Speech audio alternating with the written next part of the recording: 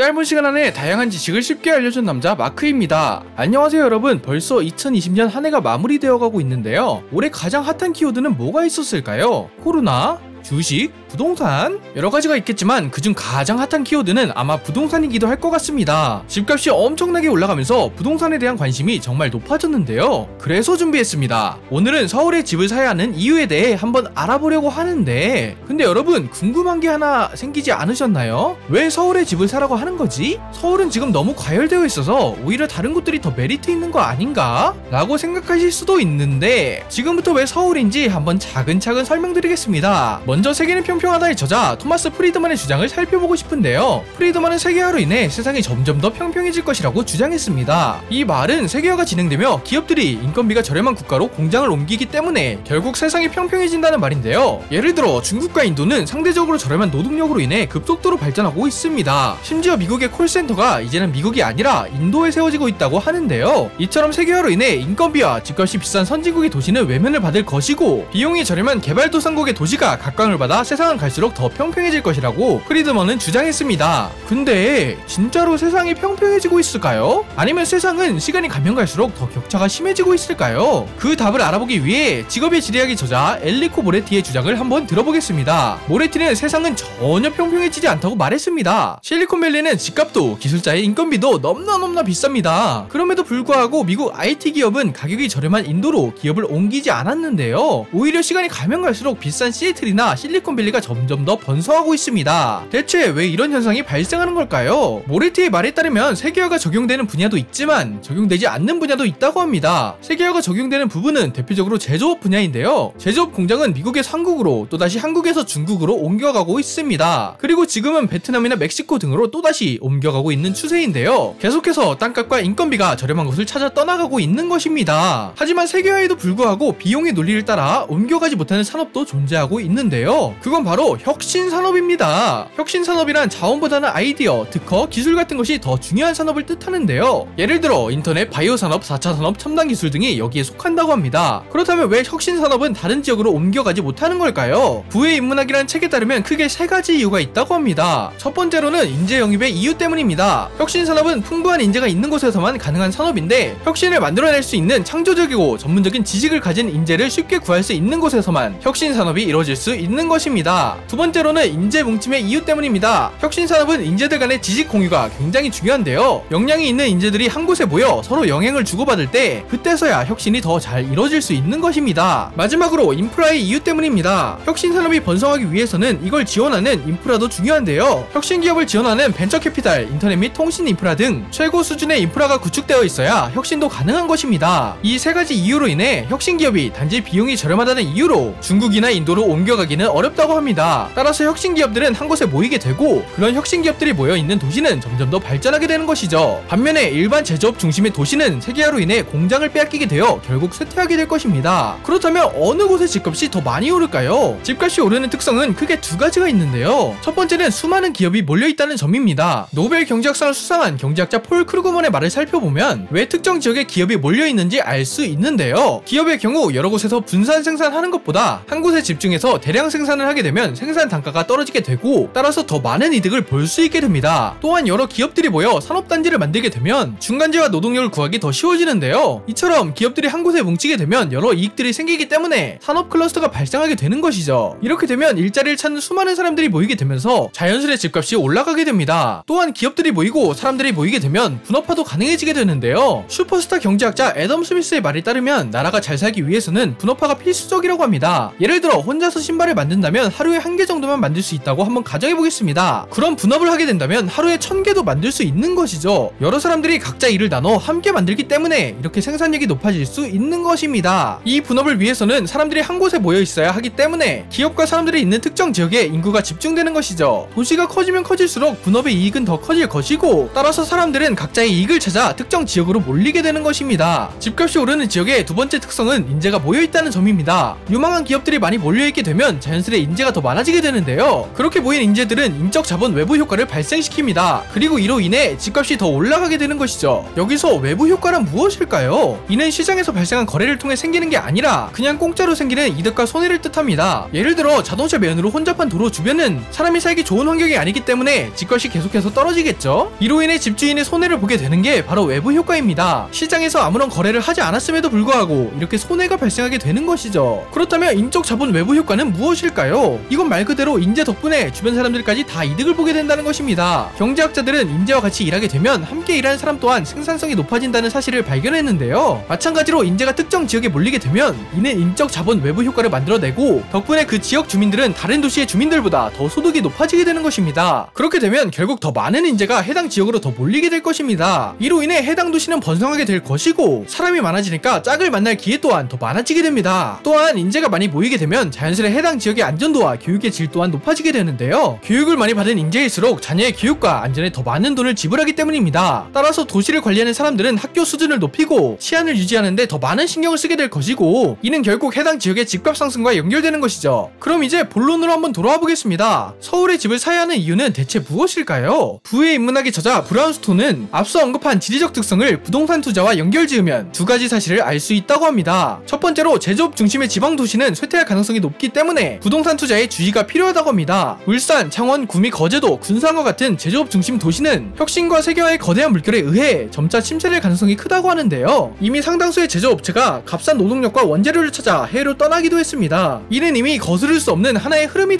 되어버렸습니다. 두 번째로 서울과 판교는 IT, 금융, 바이오, 엔터테인먼트 같은 혁신 기업이 자리 잡고 있기 때문에 향후 부동산 전망이 좋다고 합니다. 지식 기반 사업사회에서 대학과 연구소는 굉장히 중요합니다. 대부분의 좋은 대학은 서울에 몰려있고 방송국, 금융기관, 벤처캐피탈 회사, 엔터테인먼트 회사 또한 서울에 집중되어 있는데요. 앞서 말씀드렸듯이 현재 제조업 공장은 전부 개발도상국으로 옮겨가고 있습니다. 이는 일시적인 현상이 아니라 세계적으로 발생하고 있는 거대한 흐름인데요. 결국 시간이 지나게 되면 한국에는 본사와 연구소만 남게 될 것입니다. 그렇다면 본사와 연구소는 어디에 위치해 있을까요? 바로 서울입니다. 본사와 연구소에 근무할 수 있는 고급 인재가 대부분 서울에 몰려있기 때문이죠. 따라서 집을 산다면 서울에 있는 집을 사야만 한다고 브라운스톤 작가는 주장합니다. 하지만 문제는 그렇게 좋다고 해도 결국 돈이 없으면 집을 살 수 없잖아요. 그런 경우에는 부자 동네 인근을 노리면 된다고 합니다. 예를 들어 과거 분당과 일산은 같은 신도시로 비슷하게 주목을 받았었는데요. 하지만 현재 분당의 집값은 일산에 비해 훨씬 더 비싸졌습니다. 그 이유는 여러분들도 아시다시피 분당의 위치가 부자 동네인 강남과 더 가깝기 때문입니다. 이와 같이 서울에 집을 사는 게 어렵다면 서울 인근에, 그것도 부자 동네 인근에 집을 사는 것이 더 많은 수익을 가져다 준다고 합니다. 이상 짧은 시간 안에 다양한 지식을 쉽게 알려준 남자 마크였습니다.